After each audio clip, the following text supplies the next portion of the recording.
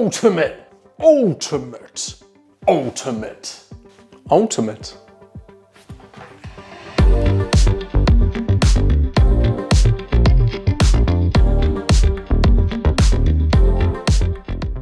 I didn't want to paint Necrons today, but my very first subscriber and my #1 shareholder Leo has left me no choice. I'm not permitted to leave my den until his request has been met. You have an idea of what we're going to be painting today, and I'm going to show you every step along the way, so let's just jump straight in. Let us begin with the classic Necron scheme.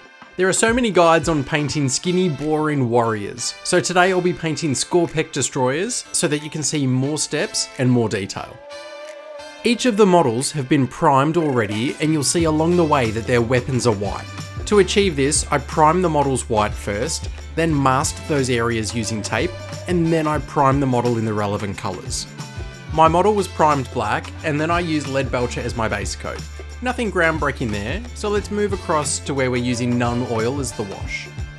I'm covering all of the lead belcher with Nuln Oil and making sure I'm getting into all the cracks and recesses. I don't want it to be pooling too much in the deepest areas, but you can't really go wrong here. Just make sure you give the models time to completely dry before we move on. A benefit of collecting Necrons should be that they're fast and easy to paint. These are perfect for a beginner jumping into the hobby, so I don't want to overcomplicate it.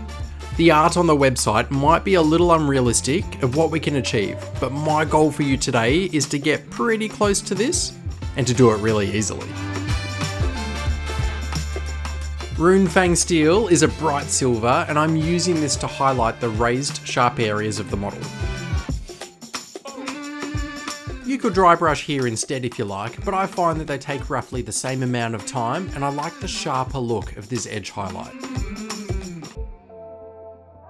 Here's a fun fact, Edge Highlight was also my nickname in high school.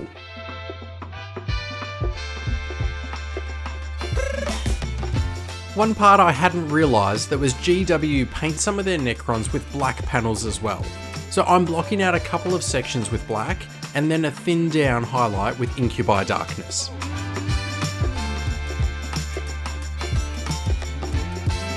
Last step on the black panels is a sharp, thin highlight with grey. Just the raised edges. Bam! Done. Bonus credit time here. Take your black Templars contrast paint, thin it down with contrast medium, and wash this into the joints. This will give some added character to your mechanical skeleton. Now to the fun part. Let's make this Hyperphase weapon look great. Fun fact, Hyperphase was my nickname in high school. Moot green mixed with off-white is my base coat. A couple of thin coats to cover the face of the blades on both sides. From the lightest coat to the darkest section, mixing black with Caliban green. What I'm going to do now is progressively mix shades of green from the darkest I can make all the way to the lightest. You could spend days slowly blending back and forth to have yours look like the GW website, but we want to punch out some models to play with, so I'm moving as faster through it. Looking at the blade, I want you to use that line down the middle to treat each face as two halves, and we will invert the direction of the colours. If you don't get what I mean, you will soon. And if you aren't sure where to put the colours, just keep watching.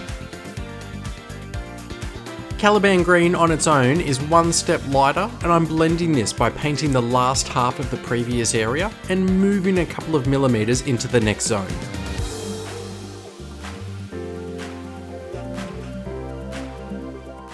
Warpstone glow in a 50-50 mix with Caliban green. Now you can see what I'm talking about. The key to this is to have the paint nice and thin and to paint multiple coats. You can wet blend as well, which is where you push the zones together whilst they're still wet.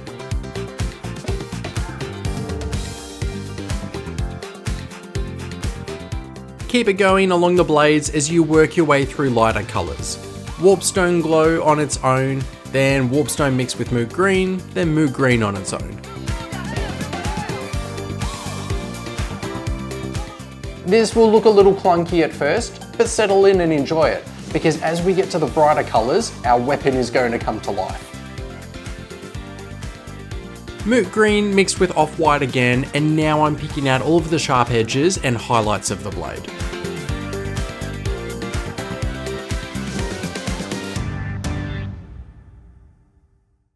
Off-white as the brightest colour, and I'm using this as an edge highlight on the most prominent points of the blade. Fun fact, Off-white was my nickname in high school. Come on, that's looking really cool. The Necron is dark and ominous, and then we have this glowing crystal blade, which across an entire army will make them look amazing. Paint the eyes white, and once this is dried, an easy way to create a glow effect for them is to thin down some fluorescent green from Vallejo and paint this over the top. Once dry, this will give the eyes and the surrounding area a bright green glowing tint. Another bonus step here as we finish the model is to create some extra glowing areas. These models have 4 orbs shared across their limbs, and I start by painting these with Liquitex white ink. Then using my airbrush, I spray a small amount around the area to act as light that is being cast from the orbs.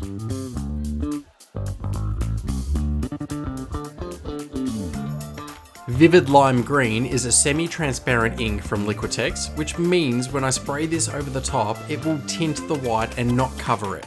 So watch as this creates a fast but effective glow effect on these orbs. Model complete, let's check it out. What do you think? I like it. This is a fast and effective way to recreate the classic GW Necron paint scheme.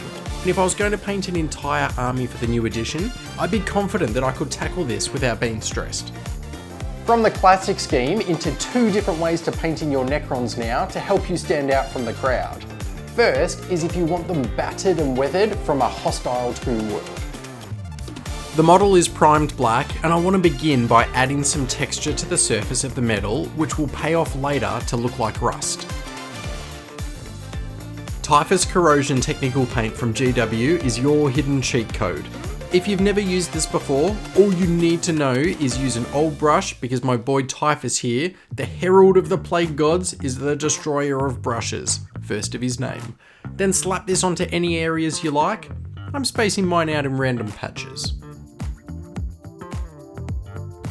Once dry, Rhinox Hide is my first colour. I don't want to completely cover the black, and I want a messy looking effect, so I'm using a sponge today. I want to show you that you can use different techniques to achieve different effects. I'm going to paint most of this model quickly with a piece of packing foam, and it's going to be awesome. Dabbing around the model means that it leaves a patchy, incomplete effect, and the recess areas stay black. Mournfang brown, and we keep the dabs coming.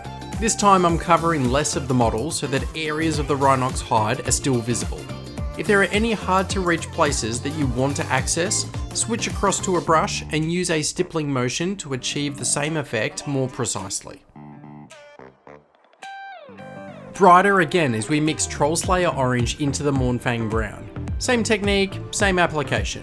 I'm impacting less of the model again, and these bright reddy browns and oranges introduce the rust effect.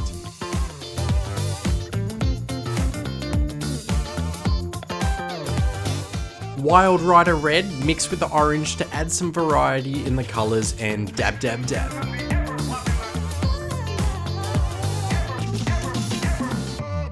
Now to make this look like weathered metal rather than just patchy browns and reds. Using lead belcher and a larger brush, I'm going to dry brush across the whole model. Dry brushing like this allows me to catch all of the edges and raised sections, which is where the destroyer would be banging into areas of the battlefield during combat and scratching the rust away, exposing the metal beneath. I'm painting the eyes white again, and I'll come back to them later to introduce a colour.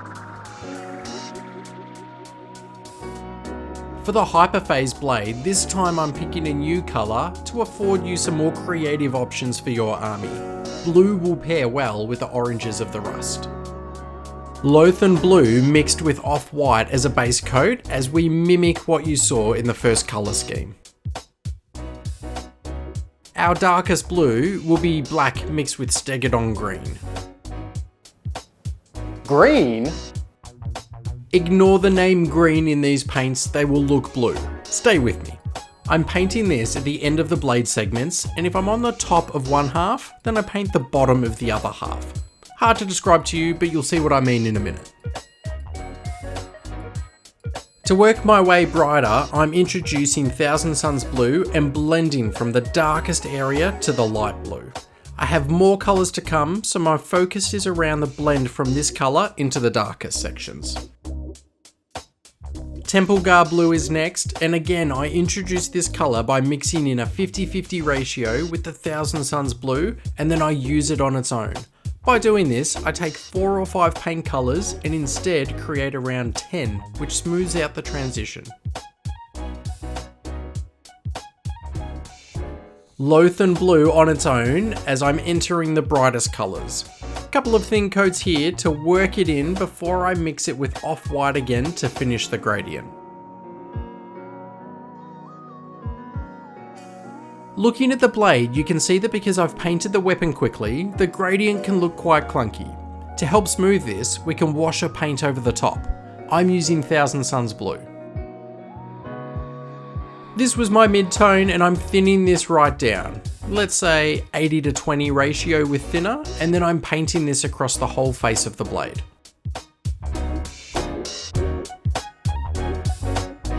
Onto the edge highlights, and off-white is the first as I drag the edge of my brush around the sharp outer of the blade and then use the thin tip for the center areas. Fun fact, Thin Tip was my nickname in high school. This is looking nice. I enjoyed the glow on the last model, so let's run it back. Off-white for the orbs, and then spraying over the top with Liquitex Titanium White for the areas that the light will be cast. This blue is a Dale Rowney turquoise ink, and again it's semi-transparent so that we still have the white beneath acting as the glow. And the model is finished. What do you think? With a dark black and grey rubble base, I think this would look quite eye-catching, and this will be a fast paint scheme even for your larger models. Rusty Necrons still fit the lore and the grimdark setting, and it's a visually different option to the classic. Third Scorpec Destroyer time, and I want to use all new colours but still fit the lore. I've seen a few different styles of painting sand Necrons, and I love that ancient Egyptian tie-in, so let's have a go at it. They will end up bright sand coloured, but I'm still starting with a black prime. To sell the effect of having been buried beneath the sand for millennia, I return to the technical range of GW paints. This one is Marsh and Iron Earth, and I can't stress enough that you need to just ignore the colour for now and focus on the texture this creates. So if you have a different coloured crackle paint, use that. I'm applying the paint in small, thick blotches on random segments of the Destroyer, and then I allow it time to dry. Once dry, I'm base coating the whole model with Xandri dust. I have a spray can of this colour, but if you prefer to stick to brush, then you could use a larger size brush and just work it in. I'm washing the whole model with Seraphim Sepia and making sure that I'm getting this into all the recess areas. As these steps all involve waiting for these paints to dry, you can save a lot of time by batch painting a whole squad in an assembly line. But I'm only painting one model today, so another option is to jump across to another section whilst the shade dries. I'm base coating the blades with a mix of Empress Children Pink and Off-White. Because this colour is so light, it takes a couple of thin coats to get the coverage. And now the wash is dried. Perfect timing. Dry brushing is the ideal technique now because it's fast and easy, sure, but it also fits with our dusty sand look. Xandri dust mixed with off-white, and have a look at the brush I'm using. Rather than a thin pointy brush that you would normally see me with, this time I'm using a chubby bristly brush, which is more like a makeup brush. You can see here on the skin of my thumb the effect I'm wanting to achieve where the dry paint drags across the surface, leaving the darkest colours in all of the cracks. My grip on the brush is loose, and then in a back and forth motion across the model, I'm letting the paint catch on the raised areas.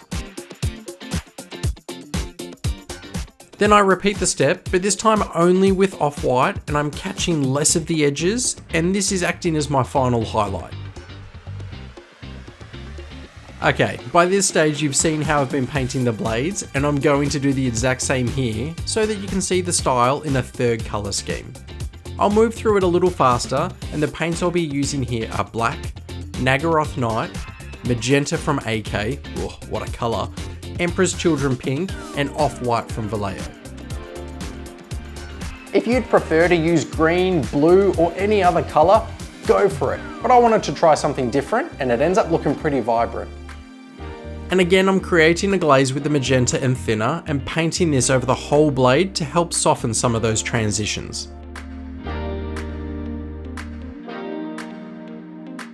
Same off-white and white sharp highlights, and take a look at my wet palette.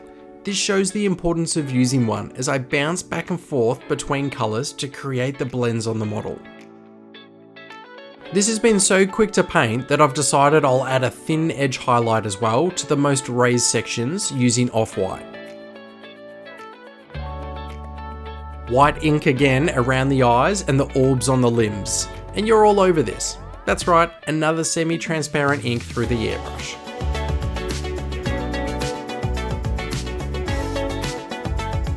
Here we go, gently spraying over the top, and we have a pink glow.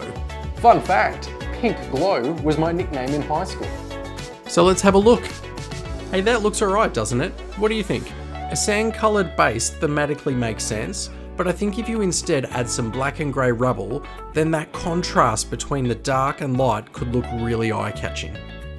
We're not at the end of the video just yet, because we've hit bonus time. Bonus! Bonus! Bonus! Bonus! Ultimate! What? So Leo, your dad told me that you're interested in painting gold on your Necrons. I've done a few videos on how to paint gold, but I understand that when it's on Space Marines, it's hard to picture what that would look like on your Necrons. Now the Necron model I'll paint in gold for you is a Canoptech Plasmacite. Fun fact, no one's ever called me that. I'm starting with a black prime again because this is very forgiving. If I miss some spots with my next gold layers, then the black acts as a shadow, but if I used a white prime, well, it would look like I don't know how to colour inside the lines. Balthazar Gold is first. This is a dark and ugly gold, which is what we want. If we start with the brightest, then we have nowhere to go with our highlights. Another way to make the gold stand out is to use some dark metal colours on all the boring parts. Here I'm painting the spine and some cables. If everything is painted gold, then it can start to look more like a statue than a super awesome death machine robot. I'm creating a wash with Guilliman Flesh contrast paint and contrast medium in a 50-50 ratio and brushing this across the whole model. Gore Grunter Fur is not only a cool name for a paint, it's also a darker brown that will be a great shade to use just in a few of the deepest areas of the robot. Retributor Gold. This is the gold you came for. Highlighting the panels with this, just like I am. And silver for the dark metallic areas. Silver is also a great thin highlight for the sharpest edges and corners of your gold armour. It looks like this is where the light is bouncing off and shining into your eyes. If you'd like to introduce another colour and make your gold armour look older, then we can use Nihilic Oxide, thin down and wash this into the recesses. Instead of rusting, gold looks great with this patina effect that some other metals suffer from. You don't have an airbrush, so here is an easy way to get the eyes to glow. White base coat and then a mix of fluoro green and thinner and wash this across the surface. And if you want, you can talk Dad into making me airbrush for you. Here I'm using the same white ink and then a green semi-transparent ink over the top to create a glow on the armour. So there you have it, Leo, 4 different ways that you can paint your Necron models. And guess what? You're in charge, and there are so many different ways you can paint them, and it's up to you. The best thing that you can learn in this hobby, honestly, is just to have fun and do it your own way.